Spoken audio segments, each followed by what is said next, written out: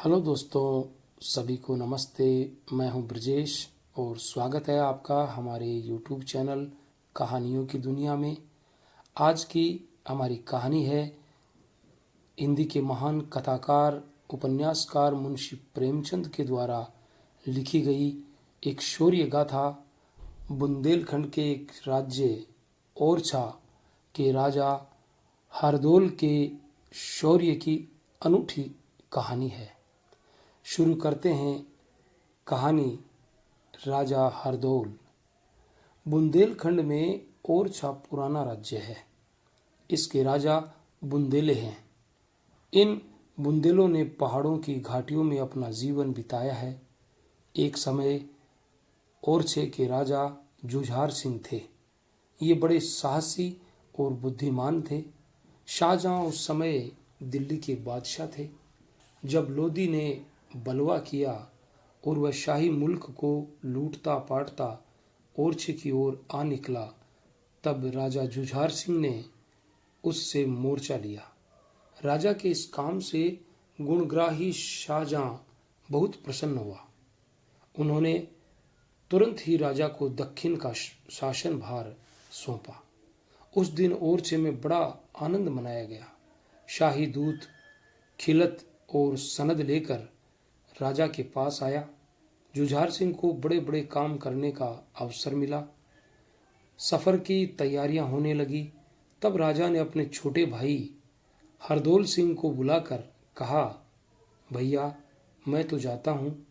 अब यह राजपाट तुम्हारे सुपुर्द है। तुम भी इसे जी से प्यार करना। न्याय ही राजा का सबसे बड़ा सहायक है।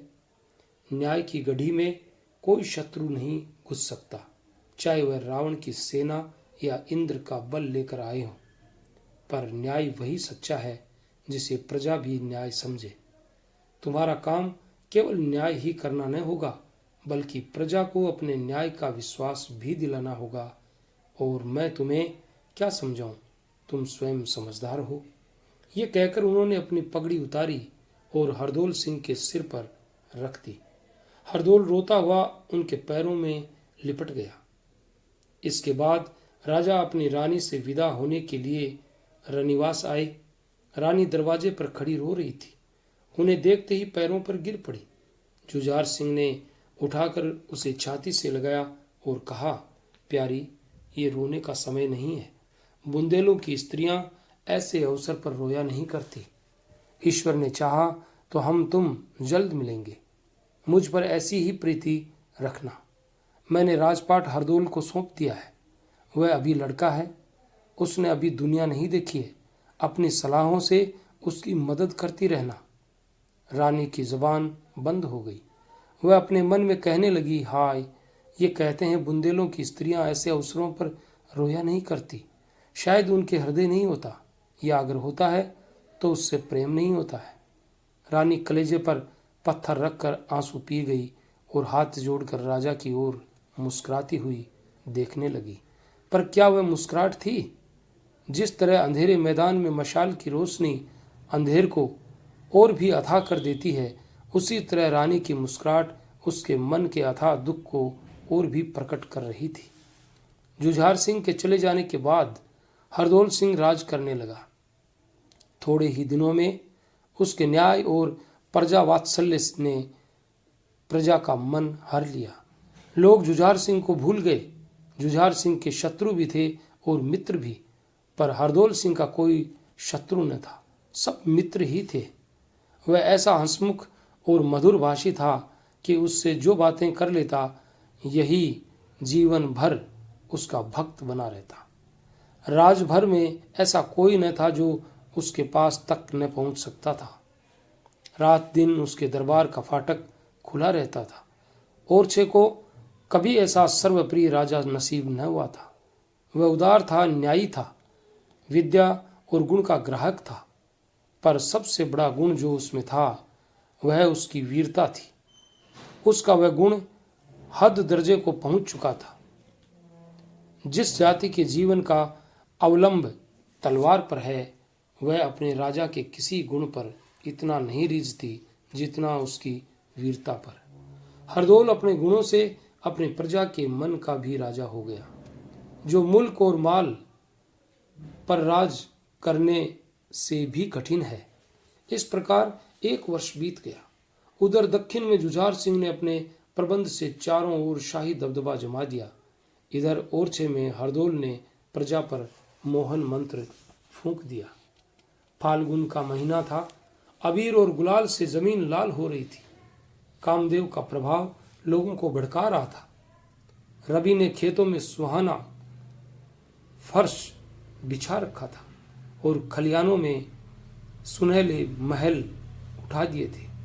संतोष इस सुनहले फर्श पर इठलाता फिरता था और निश्चिंतता इस सुनहले महल में ताने अलाप रही थी।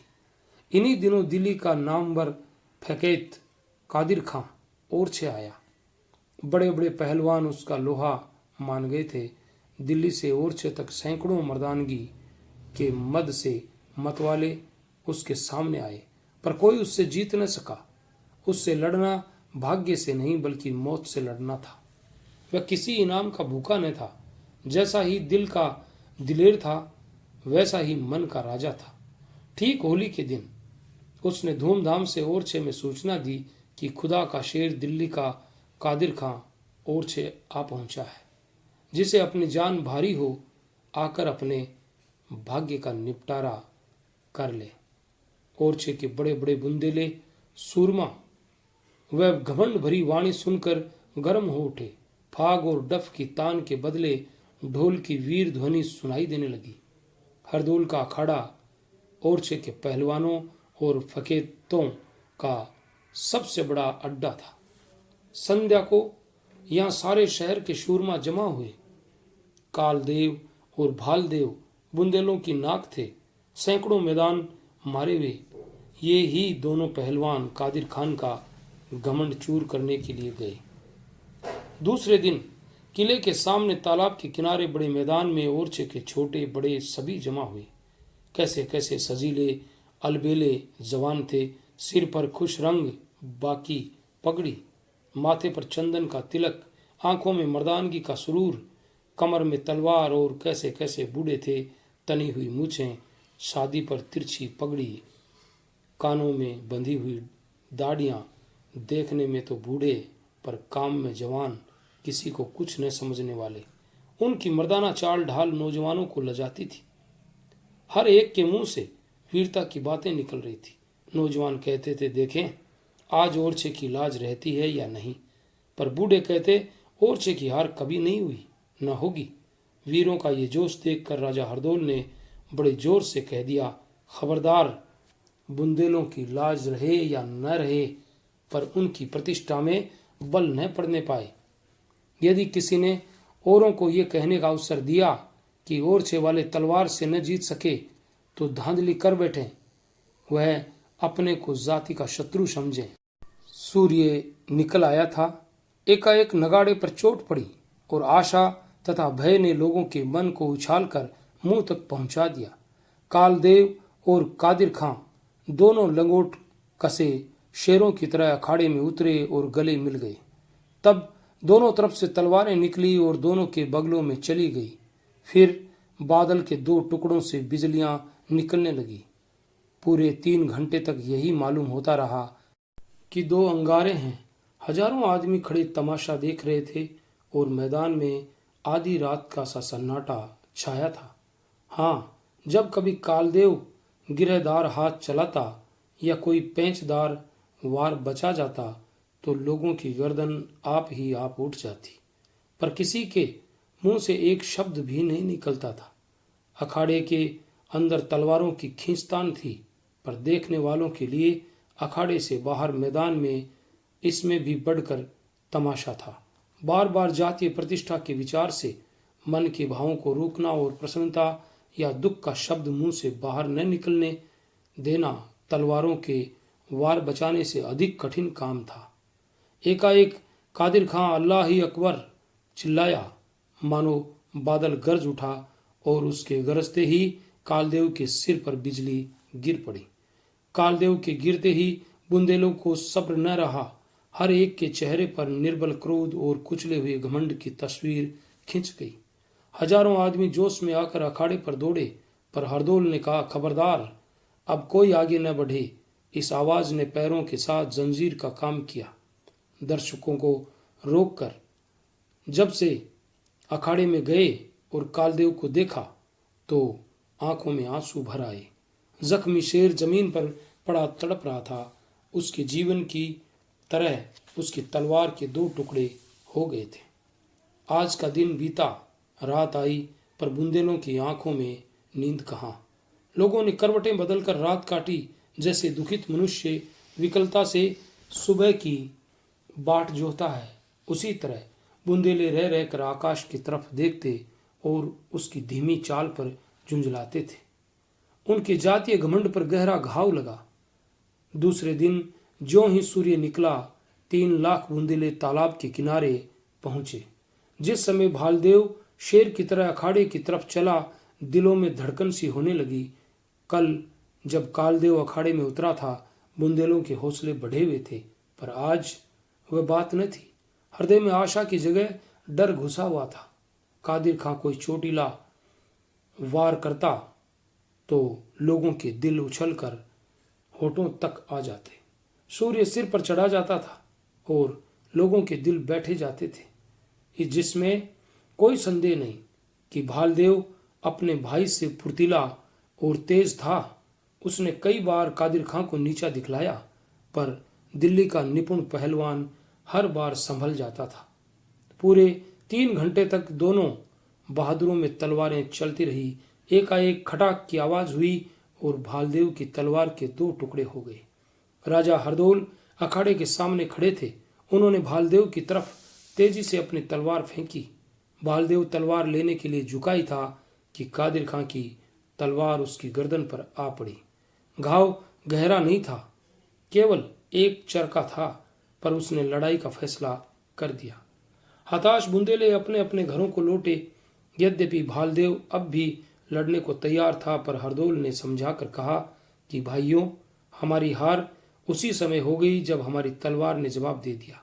यदि हम कादिर खां की जगह होते तो निहत्थे आदमी पर वार न करते, और जब तक हमारे शत्रु के हाथ में तलवार न आ जाती हम उस पर हाथ न उठाते। पर कादिर खां में ये उदारता कहाँ। बलवान शत्रु का सामना करने में उदारता को ताक पर रख देना पड़ता है।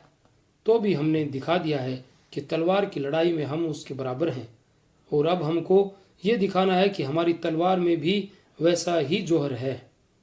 इसी तरह लोगों को तसल्ली देकर राजा हरदौल रनिवास को गए। कुलीना ने पूछा, लाला, आज दंगल का क्या रंग रहा? हरदौल ने सिर झुकाकर जवाब दिया, आज भी वही कल का सा हाल रहा। कुलीना, क्या भालदेव मारा गया? हरदौल, नहीं, जान से तो नहीं, पर हार हो गई। कुलीना, तो अब क्या करना होगा? हरदौल, मैं स्वयं इसी सोच में हूं। आज तक ओरछे को कभी नीचा न देखना पड़ा था। हमारे पास धन न था, पर अपनी वीरता के सामने हम राज और धन कोई चीज न समझते थे। अब हम किस मुंह से अपनी वीरता का घमंड करेंगे? ओरछे की और बुंदेलों की लाज अब जाती है। कुलीना, क्या अब कोई आस नहीं है? हरदौल, हमारे पहलवानों में वैसा कोई नहीं है जो उससे बाजी ले जाए। भालदेव की हार ने बुंदेलों की हिम्मत तोड़ दी है। आज सारे शहर में शोक छाया हुआ है। सैकड़ों घरों में आग नहीं जली, चिराग रोशन नहीं हुआ। हमारे देश और जाति की वह चीज जिससे हमारा मान था, अब अंतिम सांस ले रही है। भालदेव हमारा उस्ताद था। उसके हार चुकने के बाद मेरा मैदान में आना धृष्टता है, पर बुंदेलों की साख जाती है तो मेरा सिर भी उसके साथ जाएगा। कादिर खां बेशक अपने हुनर में एक ही है, पर हमारा भालदेव कभी उससे कम नहीं। उसकी तलवार यदि भालदेव के हाथ में होती तो मैदान जरूर उसके हाथ रहता। ओरछे में केवल एक तलवार है जो कादिर खां की तलवार का मुंह तोड़ सकती है। वह भैया की तलवार है। अगर तुम ओरछे की नाक रखना चाहती हो तो उसे मुझे दे दो। यह हमारी अंतिम चेष्टा होगी। यदि इस बार भी हार हुई तो ओरछे का नाम सदैव के लिए डूब जाएगा।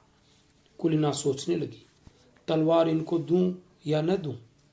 राजा रोक गए हैं। उनकी आज्ञा थी कि किसी दूसरे की परछाई भी उस पर न पड़ने पाए। क्या ऐसी दशा में मैं उनकी आज्ञा का उल्लंघन करूं तो वे नाराज होंगे? कभी नहीं। जब वे सुनेंगे कि मैंने कैसे कठिन समय में तलवार निकाली है तो उन्हें सच्ची प्रसन्नता होगी। बुंदेलों की आन किसको इतनी प्यारी नहीं है?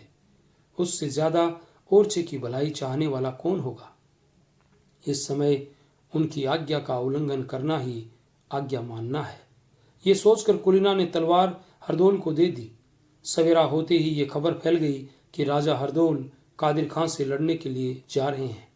इतना सुनते ही लोगों में सनसनी सी फैल गई और चौंक उठे। पागलों की तरह लोग अखाड़े की ओर दौड़े। हर एक आदमी कहता था, जब तक हम जीते हैं महाराज को लड़ने नहीं देंगे। पर जब लोग अखाड़े के पास पहुंचे तो देखा कि अखाड़े में बिजलियां सी चमक रही है। बुंदेलों के दिलों पर उस समय जैसी बीत रही थी उनका अनुमान करना कठिन है।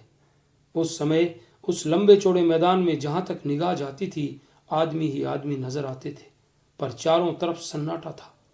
हर एक आंख अखाड़े की तरफ लगी हुई थी और हर एक का दिल हरदौल की मंगल कामना के लिए ईश्वर का प्रार्थी था। कादिर खां का एक एक वार हजारों दिलों के टुकड़े कर देता था और हरदौल की एक एक काट से मनों में आनंद की लहरें उठती थी। अखाड़ों में दो पहलवानों का सामना था और अखाड़े के बाहर आशा और निराशा का। आखिर घड़ियाल ने पहला पहर बजाया और हरदौल की तलवार बिजली बनकर कादिर के सिर पर गिरी। ये देखते ही बुंदेले मारे आनंद के उन्मत्त हो गए। किसी को किसी की सुध न रही। कोई किसी से गले मिलता, कोई उछलता, कोई छलांगे मारता था। हजारों आदमियों पर वीरता का नशा छाया। तलवारें स्वयं म्यान से निकल पड़ी। भाले चमकने लगे। जीत की खुशी में सैकड़ों जानें भेंट हो गई। पर जब हरदौल अखाड़े से बाहर आए और उन्होंने बुंदेलों की ओर तेज निगाहों से देखा तो आन की आन में लोग संभल गए। तलवारें म्यान में जा छिपी।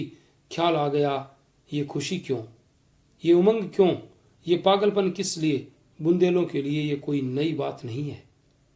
इस विचार ने लोगों का दिल ठंडा कर दिया। हरदौल की इस वीरता ने उसे हर बुंदेले के दिल में मान प्रतिष्ठा की ऊंची जगह पर बिठाया, जहां न्याय और उदारता भी उसे न पहुंचा सकती थी। वह पहले ही से लोकप्रिय था और अब वह अपनी जाति का वीरवर और बुंदेला दिलवारी का सिरमौर बन गया। राजा जुझार सिंह ने भी दक्षिण में अपनी योग्यता का परिचय दिया। वे केवल लड़ाई में ही वीर न थे बल्कि राज्य शासन में भी अद्वितीय थे। उन्होंने अपने सुप्रबंध से दक्षिण प्रांतों को बलवान राज्य बना दिया और वर्ष भर के बाद बादशाह से आज्ञा लेकर वह ओरछे की तरफ चले। ओरछे की याद उन्हें सदैव बेचैन करती रही। आह ओरछा, वह दिन कब आएगा कि फिर तेरे दर्शन होंगे। राजा मंजिले मारते चले आते थे। न भूख थी न प्यास। ओरछे वालों की मोहब्बत खींचे लिए आती थी, यहां तक कि ओरछे के जंगलों में आ पहुंचे। साथ के आदमी पीछे छूट गए। दोपहर का समय था। धूप तेज थी। वे घोड़े से उतरे और एक पेड़ की छांव में बैठे।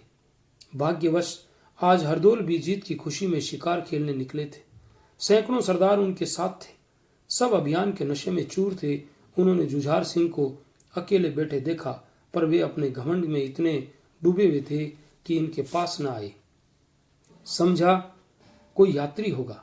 हरदौल की आंखों ने भी धोखा खाया। वे घोड़े पर सवार अकड़ते हुए जुझार सिंह के सामने आए और पूछना चाहते थे कि तुम कौन हो, कि भाई से आंख मिल गई। पहचानते ही घोड़े से कूद पड़े। राजा ने भी हरदौल को छाती से लगा लिया, पर उस छाती में अब भाई की मोहब्बत न थी। मोहब्बत की जगह ईर्ष्या ने घेर ली थी, और वह केवल इसलिए कि हरदौल दूर से नंगे पैर उनकी तरफ न दौड़ा। उसके सवारों ने दूर से ही उनकी अभ्यर्थना न की। संध्या होते होते दोनों भाई ओरछे पहुंचे। राजा के लौटने का समाचार पाते ही नगर में प्रसन्नता की दुंदुभी बजने लगी। हर जगह आनंदोत्सव होने लगा और तुरता फुर्ती शहर जगमगा उठा। आज रानी कुलीना ने अपने हाथों भोजन बनाया। 9 बजे होंगे। लोंडी ने आकर कहा, महाराज भोजन तैयार है। दोनों भाई भोजन करने गए। सोने के थाल में राजा के लिए भोजन परोसा गया और चांदी के थाल में हरदौल के लिए। कुलीना ने स्वयं भोजन बनाया था, स्वयं थाल परोसे थे और स्वयं ही सामने लाई थी। पर दिनों का चक्र कहो या भाग्य के दुर्दिन, उसने भूल से सोने का थाल हरदौल के आगे रख दिया और चांदी का राजा के सामने। हरदौल ने कुछ ध्यान न दिया। वह वर्ष भर से सोने के थाल में खाते खाते उसका आदी हो गया था। पर जुझार सिंह तिलमिला गए, जबान से कुछ न बोले, पर तेवर बदल गए और मुंह लाल हो गया। रानी की तरफ घूर कर देखा और भोजन करने लगे, पर ग्रास विष मालूम होता था। 2-4 ग्रास खाकर उठ गए। रानी उनके तेवर देखकर डर गई। आज कैसे प्रेम से उसने भोजन बनाया था, कितनी प्रतीक्षा के बाद वह शुभ दिन आया था। उसके उल्लास का कोई परावार न था, पर राजा के तेवर देखकर उसके प्राण सूख गए। जब राजा उठ गए और उसने थाल को देखा तो कलेजा धक से हो गया और पैरों तले से जमीन निकल गई। उसने सिर पीट लिया, ईश्वर, आज रात कुशलता पूर्वक कटे, मुझे सुकून अच्छे दिखाई नहीं देते। राजा जुझार सिंह शीश महल में लेटे। चतुर नाइन ने रानी का श्रृंगार किया और वह मुस्कुराकर बोली, कल महाराज से इसका इनाम लूंगी। ये कहकर वह चली गई, परंतु कुलीना वहां से न उठी। वह गहरे सोच में पड़ी हुई थी। उनके सामने कौन सा मुंह लेकर जाऊं। नाइन ने नाहक मेरा श्रृंगार कर दिया। मेरा श्रृंगार देखकर वे खुश भी होंगे। मुझसे इस समय अपराध हुआ है, मैं अपराधिनी हूं। मेरा उनके पास इस समय बनाव श्रृंगार करके जाना उचित नहीं। आज मुझे उनके पास भिखारिनी के वेश में जाना चाहिए। मैं उनसे क्षमा मांगूंगी। इस समय मेरे लिए यही उचित है। ये सोचकर रानी बड़े शीशे के सामने खड़ी हो गई। वह अप्सरा सी मालूम होती थी। सुंदरता की कितनी ही तस्वीरें उसने देखी थी, पर उसे इस समय शीशे की तस्वीर सबसे ज्यादा खूबसूरत मालूम होती थी। सुंदरता और आत्मरुचि का साथ है। हल्दी बिना रंग के नहीं रह सकती। थोड़ी देर के लिए कुलीना सुंदरता के मद से फूल उठी। वह तनकर खड़ी हो गई। लोग कहते हैं कि सुंदरता में जादू है, और वह जादू जिसका कोई उतार नहीं। धर्म और कर्म, तन और मन सब सुंदरता पर न्यौछावर है। मैं सुंदर न सही, ऐसी कुरूपा भी नहीं हूँ। क्या मेरी सुंदरता में इतनी भी शक्ति नहीं है कि महाराज से मेरा अपराध क्षमा करा सके? ये बाहु लताएं जिस समय उनके गले का हार होंगी, ये आंखें जिस समय प्रेम के मद से लाल होकर देखेंगी, तब क्या मेरे सौंदर्य की शीतलता उनकी क्रोधाग्नि को ठंडा न कर देगी? पर थोड़ी देर में रानी को ज्ञात हुआ, आहा, ये मैं क्या स्वप्न देख रही हूँ। मेरे मन में ऐसी बातें क्यों आती है? मैं अच्छी हूँ या बुरी हूँ, उनकी चेरी हूँ। मुझसे अपराध हुआ है, मुझे उनसे क्षमा मांगनी चाहिए। ये श्रृंगार और बनाव इस समय उपयुक्त नहीं है। ये सोचकर रानी ने सब गहने उतार दिए। इत्र में बसी हुई रेशम की साड़ी अलग कर दी, मोतियों से भरी मांग खोल दी और वह खूब फूट फूट कर रोई। हाय, ये मिलाप की रात वियोग की रात से भी विशेष दुखदायिनी है। भिखारिणी का वेश बनाकर रानी शीश महल की ओर चली। पैर आगे बढ़ने थे, पर मन पीछे हट जाता था। दरवाजे तक आई, पर भीतर पैर न रख सकी। दिल धड़कने लगा। ऐसा जान पड़ा मानो उसके पैर थर्रा रहे हैं। राजा जुझार सिंह बोले, कौन है? कुलीना, भीतर क्यों नहीं आ जाती? कुलीना ने जी कड़ा करके कहा, महाराज, कैसे आऊं? मैं अपनी जगह क्रोध को बैठा पाती हूँ। राजा, ये क्यों नहीं कहती कि मन दोषी है, इसलिए आंखें नहीं मिलने देता? कुलीना, निसंदेह मुझसे अपराध हुआ है, पर एक अबला आपसे क्षमा का दान मांगती है। राजा, इसका प्रायश्चित करना होगा। कुलीना, क्यों कर? राजा, हरदौल के खून से। कुलीना सिर से पैर तक कांप गई, बोली, क्या इसलिए कि आज मेरी भूल से जोनार के थालों में उलटफेर हो गया? राजा, नहीं, इसलिए कि तुम्हारे प्रेम में हरदौल ने उलटफेर कर दिया। जैसे आग की आंच से लोहा लाल हो जाता है, वैसे ही रानी का मुंह लाल हो गया। क्रोध की अग्नि सद्भावों को भस्म कर देती है। प्रेम और प्रतिष्ठा, दया और न्याय सब जल के राख हो जाते हैं। 1 मिनट तक रानी को ऐसा मालूम हुआ मानो दिल और दिमाग दोनों खोल रहे हैं, पर उसने आत्मदहन की अंतिम चेष्टा से अपने को संभाला। केवल इतना बोली, हरदोल को अपना लड़का और भाई समझती हूँ। राजा उठ बैठे और नर्म स्वर में बोले, नहीं, हरदोल लड़का नहीं है, लड़का मैं हूं जिसने तुम्हारे ऊपर विश्वास किया। कुलीना, मुझे तुमसे ऐसी आशा न थी। मुझे तुम्हारे ऊपर घमंड था। मैं समझता था चांद सूर्य टल सकते हैं पर तुम्हारा दिल नहीं टल सकता, पर आज मुझे मालूम हुआ कि वह मेरा लड़कपन था। बड़ों ने सच कहा है कि स्त्री का प्रेम पानी की धार है, जिस ओर ढाल पाता है उधर ही बह जाता है। सोना ज्यादा गर्म होकर पिघल जाता है। कुलीना रोने लगी। क्रोध की आग पानी बनकर आंखों से निकल पड़ी। जब आवाज वश में हुई तो बोली, आपके इस संदेह को कैसे दूर करूं? राजा, हरदोल के खून से। रानी, मेरे खून से दाग न मिटेगा। राजा, तुम्हारे खून से और पक्का हो जाएगा।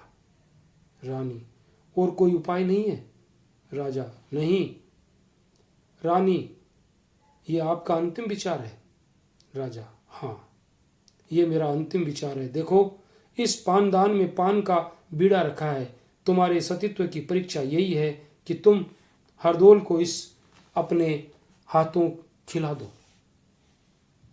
मेरे मन का भ्रम उसी समय निकलेगा जब इस घर से हरदोल की लाश निकलेगी। रानी ने घृणा की दृष्टि से पान के बीड़े की ओर देखा और वह उल्टे पैर लौट आई। रानी सोचने लगी, क्या हरदोल के प्राण लूं? निर्दोष सच्चरित्र वीर हरदोल की जान से अपने सतीत्व की परीक्षा दूं? उस हरदोल के खून से अपना हाथ काला करूं जो मुझे बहन समझता है? ये पाप किसके सिर पड़ेगा? क्या एक निर्दोष का खून रंग न लाएगा? आहा, अभागी कुलीना, तुझे आज अपने सतीत्व की परीक्षा देने की आवश्यकता पड़ी है और वह ऐसी कठिन है। नहीं, ये पाप मुझसे न होगा। यदि राजा मुझे कुलटा समझते हैं तो समझे, उन्हें मुझ पर संदेह है तो हो, मुझसे ये पाप न होगा। राजा को ऐसा संदेह क्यों हुआ? क्या केवल थालों के बदल जाने से? नहीं, अवश्य कोई और बात है। आज हरदोल उन्हें जंगल में मिल गया। राजा ने उसकी कमर में तलवार देखी होगी। क्या आश्चर्य है, हरदोल से कोई अपमान भी हो गया हो।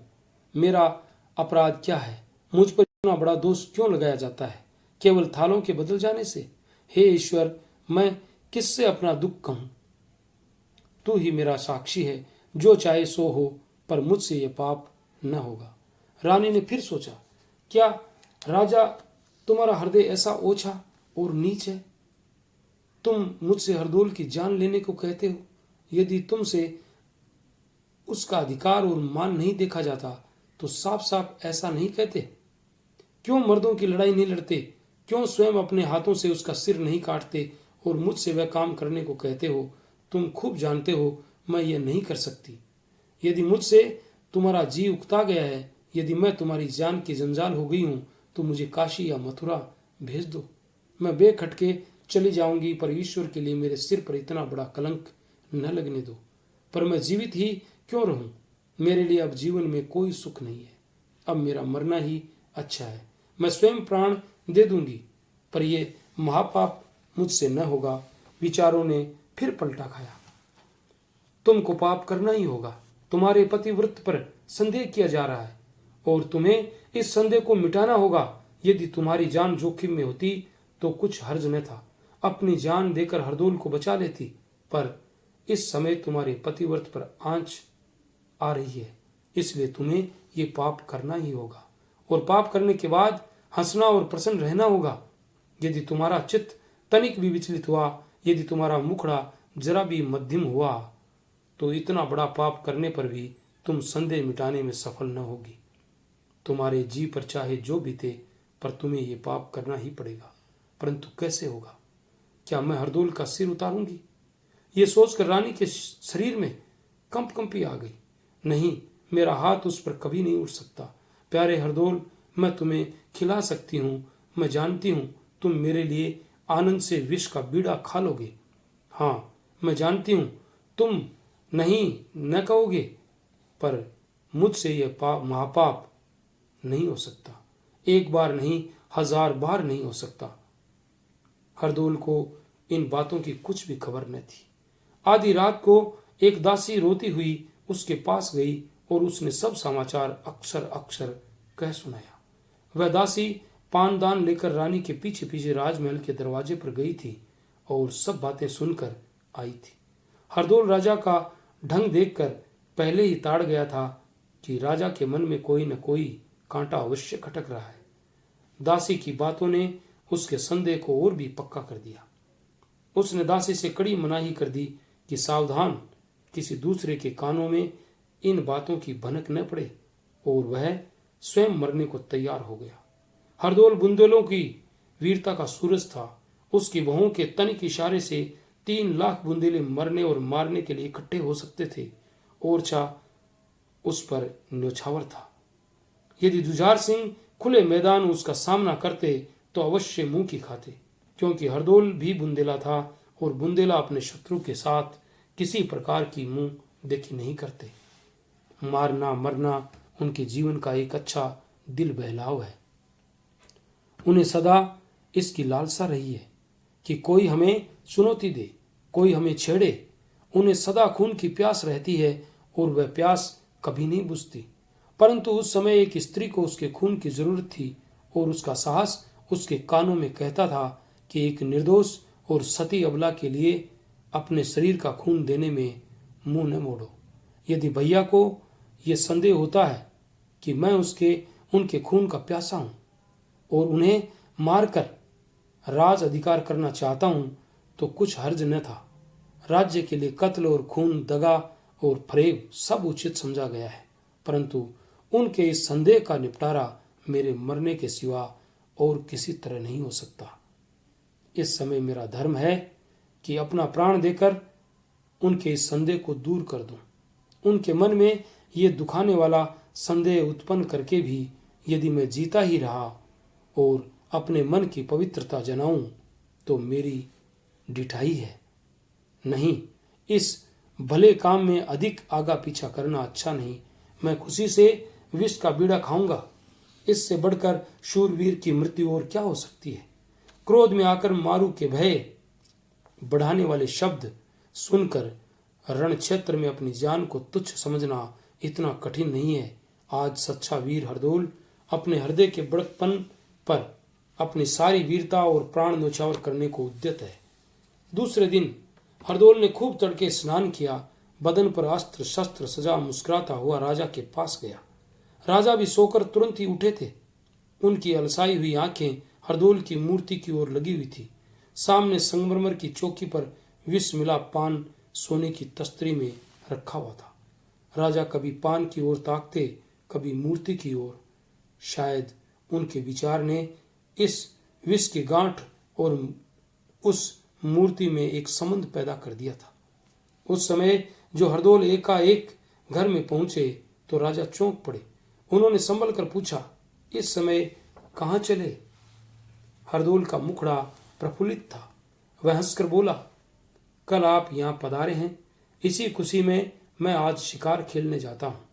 आपको ईश्वर ने अजीत बनाया है, मुझे अपने हाथ से विजय का बीड़ा दीजिए। ये कह हरदोल ने चौकी पर से पान दान उठा लिया और उसे राजा के सामने रखकर बीड़ा लेने के लिए हाथ बढ़ाया। हरदोल का खिला हुआ मुखड़ा देखकर राजा की ईर्ष्या की आग और भी भड़क उठी। दुष्ट, मेरे घाव पर नमक छिड़कने आया है। मेरे मान और विश्वास को मिट्टी में मिलाने पर भी तेरा जी भी नहीं भरा। मुझसे विजय का बीड़ा मांगता है। हाँ, ये विजय का बीड़ा है, पर तेरी विजय का नहीं, मेरी विजय का। इतना मन में कहकर जुझार सिंह ने बीड़े को हाथ में उठाया। वे एक क्षण तक कुछ सोचते रहे, फिर मुस्कुराकर हरदोल को बीड़ा दे दिया। हरदोल ने सिर झुकाकर बीड़ा लिया, उसे माथे पर चढ़ाया। एक बार बड़ी ही करुणा के साथ चारों ओर देखा और फिर बीड़े को मुंह में रख लिया। एक सच्चे राजपूत ने अपना पुरुषत्व दिखा दिया। विष हलाल था। कंठ के नीचे उतरते ही हरदोल के मुखड़े पर मुर्दनी छा गई, आंखें बुझ गई। उसने एक ठंडी सांस ली, दोनों हाथ जोड़कर जुझार सिंह को प्रणाम किया और जमीन पर बैठ गया। उसके ललाट पर पसीने की ठंडी ठंडी बूंदें दिखाई दे रही थी और सांस तेजी से चलने लगी थी, पर चेहरे पर प्रसन्नता और संतोष की झलक दिखाई देती थी। जुझार सिंह अपनी जगह से जरा भी न हिले। उनके चेहरे पर ईर्ष्या से भरी हुई मुस्कुराहट छाई हुई थी, पर आंखों में आंसू भर आए थे। उजाले और अंधेरे का मिलाप हो गया था। ये थी कहानी मुंशी प्रेमचंद द्वारा लिखी गई राजा हरदौल। अगर आपको अच्छी लगी तो हमारे चैनल को लाइक, शेयर, कमेंट और सब्सक्राइब अवश्य करें और मिलते हैं कल किसी नई शौर्य गाथा कथा के साथ। तब तक के लिए all the best. Thanks for watching.